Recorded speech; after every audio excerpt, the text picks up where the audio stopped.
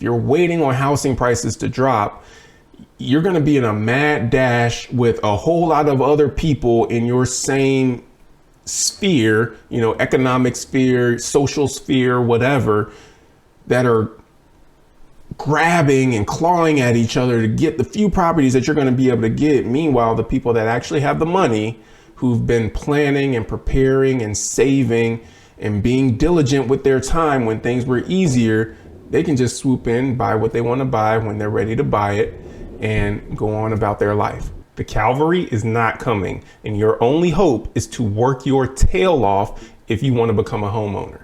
Now, I don't mean that to be a downer and to pop your bubble or, rain on your parade, because I know a lot of people are waiting on home prices to drop. They're waiting on interest rates to come down. They're waiting on a down payment assistance program that's just going to take care of all of your upfront costs. It's not going to happen. It's not going to save you. I hate to break it to you, but I'm going to give you two examples of why, if you are waiting on something outside of yourself to create an environment that's going to make it possible for you to become a homeowner, you're delusional. And I don't mean that to be offensive, because after I explain these two things, you're going to see the logic behind what I'm telling you right now. So the first thing, I want to take it to 2008. Everybody, or at least most people, are familiar with the 2008 recession, where housing prices came crashing down.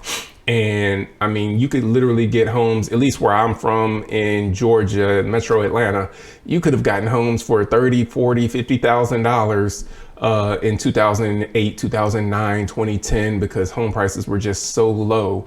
And in a lot of areas, home prices in some markets were slashed in half, some more than half. And so 2008 created an environment where seemingly people would have had an amazing opportunity to be able to purchase a home. However, a lot of people were not able to capitalize on the 2008 home prices. Why? Because they weren't positioned to be able to purchase a home even before 2008. So the fact that home prices were drastically cut after the 2008 Great Recession, people still did not have cash, which is by and large a lot of what you needed to be able to purchase a home, because it was really hard to get a loan to purchase a home. The mortgage industry was in shambles at that time because of all of the predatory lending, all of the bad loans that were going on. And there was a lot of correction that was happening in trying to build the mortgage industry back up. So it was really hard to get loans. And so if you wanted to buy what seemingly was a great price to buy a home, $30,000, $40,000, $50,000, in some markets, $70,000, $80,000, you needed to have a lot of cash on you to even have the chance of being able to get a home. But people who ideally could have mostly benefited from that situation, people who were, let's just say, lower income, people who were underserved in underserved communities that could have benefited from those really low home prices, they weren't able to capitalize on them. People who had cash were able to buy up properties and pay cash for them and hold on to them until those same properties today are worth hundreds of thousands of dollars more than what they were worth literally back in 2008. So that's the first thing, is that home prices dropping is not going to create the opportunity that you think it's going to create for you. Another thing that I want to say about a recession, particularly the 2008 recession, but in any recession, times get hard in a recession. They don't get easier in a recession, but the people who are prepared to take advantage of the opportunities that present themselves in a recession, those are the people that benefit the most in the recession. So when the country goes into a recession, you might have cost of goods and services that are going up. You might have people with less disposable income that they're able to spend on things that they want or things that they need. Times get hard for a lot of people. And because of that, people aren't able to capitalize on the opportunities because, again, things are a lot harder for them. But people who were preparing themselves when things were easier prior to the recession, people who were saving up so that they had a stockpile of cash that they could deploy to capitalize on some of those opportunities, people who were preparing their credit, preparing themselves, positioning themselves to be able to take advantage of those opportunities, which happen in just about every recession. Those are the people who were able to swoop in, buy up these low priced homes and really capitalize on them 5, 10, 15 years later, selling them at a hugely, at way more than what they paid for them, or keeping them as long-term rentals. But you know what, your payoff was your purchase price for those homes was very low. So that's one thing that I want to say. But the second thing, let's take this to 2020. Interest rates got lower than what we've ever seen in the history of the housing market. 2% interest rates. People are buying homes at 2 and 3% interest rates. That is insane. But interest rates were as low as they have ever been, which seemingly presented an opportunity for home buyers, particularly first-time home buyers, to hop into the market and get a first-time home or get their first home at a much lower payment, or people who weren't able to qualify previously. Now that interest rates are lower, now they can afford the monthly payment for the home and they can qualify for those homes. So it seems that interest rates dropping through the floor, dropping as low as they've ever been in the history of the housing market. And to be honest, in our lifetime, we're probably not going to see them get that low again. Those individuals seemingly had a prime opportunity to become a homeowner. However, most of the people who will say needed that opportunity, I say that with quotation marks, needed that opportunity, or really could have really, let's just say, would have been waiting for an opportunity of a lifetime such as that, were not the ones that actually benefited from it the most. You know, the people who benefited from it the most were investors. Investors and people who position themselves to be able to pay above asking price for the homes. That's what you had going on across the country with real estate. Interest rates were at an all-time low and investors were capitalizing. Companies, corporations that were sitting on a bunch of cash who said, we can deploy this cash, pick up a bunch of real estate, and the debt is so cheap because interest rates are at all-time lows. So we can pick up these properties and just keep them until things turn around and we can make a huge profit on it. People who even wanted to buy primary residences that had money that they had saved up previously. So now that home that they saw that was $300,000, that's got 15 offers on it, now they can go and offer $340,000, $350,000, because you had people that were offering $30,000, $50,000, $80,000, $100,000 above asking price just to get the home at the low interest rate. You had so much of that going on, and the people who were like, okay, this is a prime opportunity, they were not able to take advantage of it. I talked to so many real estate agents and loan officers who had clients that had put in 5, 10, 15 offers and were losing out to other offers that were outbidding their offer, or other buyers that were overbidding above the asking price, higher than what they were able to go. So the individuals that were able to afford to pay the most for the house were the ones that ended up getting the house, not the individuals that necessarily that needed it the most or could have benefited from it the most. It was the individuals that could have afforded to pay more. Those were the individuals that capitalized on not only getting the house, but getting the low interest rates as well. So those two things, I bring it back to what I started with, which is the cavalry's not coming. There are so many people that I talk to who say, oh, I'm waiting on housing prices to drop. I'm waiting on interest rates to come down. I just gave you two examples. Housing prices dropped lower than they've ever been in our lifetime, or at least, in a recession, having a drop like that, the biggest drop that we've had in our lifetime.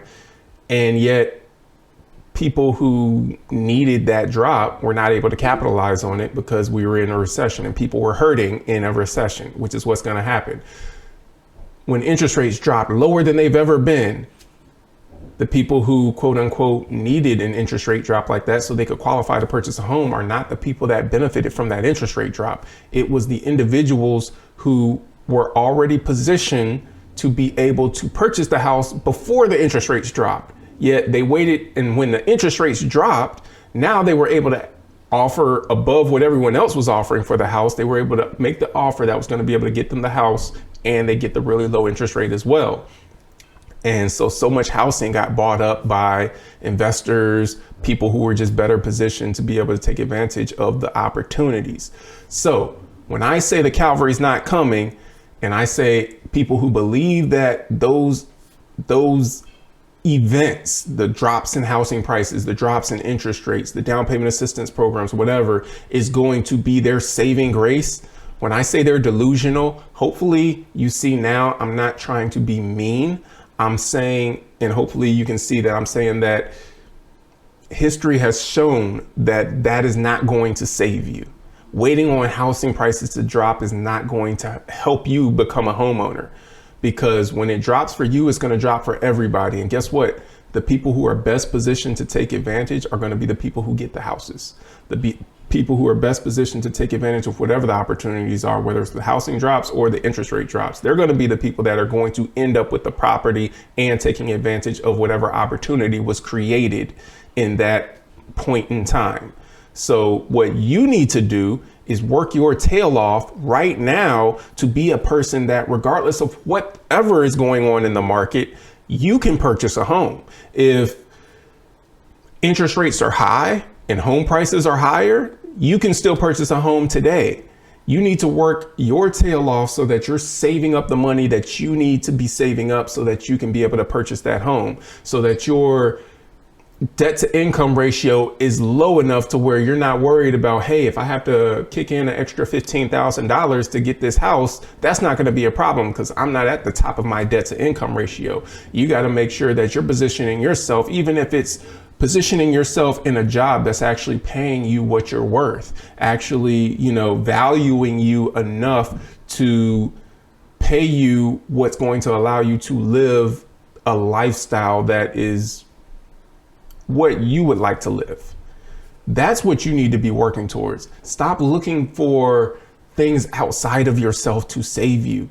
Down payment assistance is something that I believe is a great benefit to many people. And I believe that is needed to help many people. I actually do loans for down payment assistance, a lot of loans actually for down payment assistance for individuals who need down payment assistance to be able to purchase homes. And if the money is there, use it.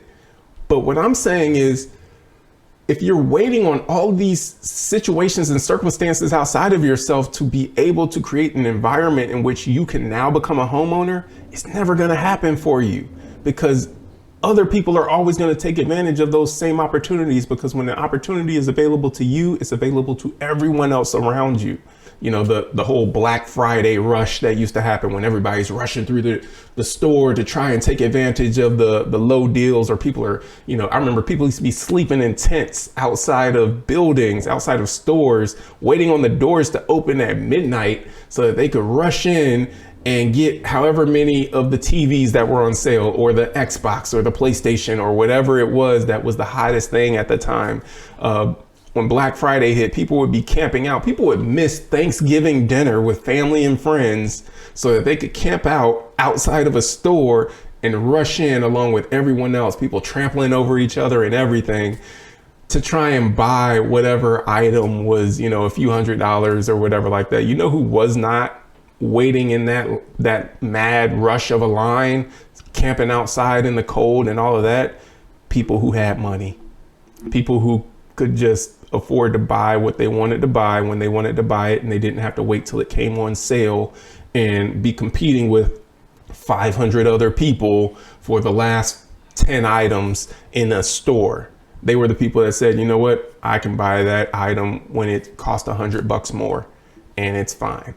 When it costs $200 more, I can just go buy it. And they went and bought it. They weren't waiting on a Black Friday sale. The same thing is true when it comes to housing. If you're waiting on housing prices to drop, you're going to be in a mad dash with a whole lot of other people in your same sphere, economic sphere, social sphere, whatever, that are grabbing and clawing at each other to get the few properties that you're going to be able to get. Meanwhile, the people that actually have the money, who've been planning and preparing and saving and being diligent with their time when things were easier, they can just swoop in, buy what they want to buy when they're ready to buy it, and go on about their life. So do what you need to do to be that guy, or to be that gal or girl, whatever. Do what you need to do to be that person. Be the person that can make the moves when you're ready to make them, not when the environment or the economy is telling you, okay, now we're going to allow you to compete with a whole bunch of other people. Be the person that, hey, you know what? I'm ready to go buy a house. I'm gonna go buy a house, and you can go buy the house. Ooh, opportunity presented itself. Interest rates are super low. Home prices are low. I've got a bunch of cash sitting on the sidelines. Let's go buy up a couple more properties, take advantage of this opportunity right here to make a few more dollars and put it in our bank account. That's the person you need to be, because if you are waiting to be for home prices or interest rates, you're going to be one of those individuals who are sleeping outside in a tent in the cold, missing Thanksgiving dinner with your family in hopes that you're going to be one of the 5 people out of the 200 people that are about to rush into that store to try and grab the last 5 TVs, the last 5 PlayStations, the last 5, whatever it is. You don't want to be that person. You want to be the person that's comfortable and warm in their house and can just make moves whenever you are ready. That's what I have for you. Hopefully this has really hit home for you and let you know that no one is coming to save you. No thing is coming to save you. If the opportunities are available, take advantage of them, but don't depend on them for your existence and for your next moves. So that's what I have for you. Thank you for taking the time to tune in. Tune in on Tuesdays as well, because Home Finance Hacks is where I'm really putting down all of the good information that is going to help you save thousands and tens of thousands of dollars when it comes to purchasing a home as well. A lot of great tips, a lot of great tricks. You got to tune in live 7 p.m. on this channel every Tuesday. So make sure you're there. Take care. Be blessed. We'll see you in the next episode.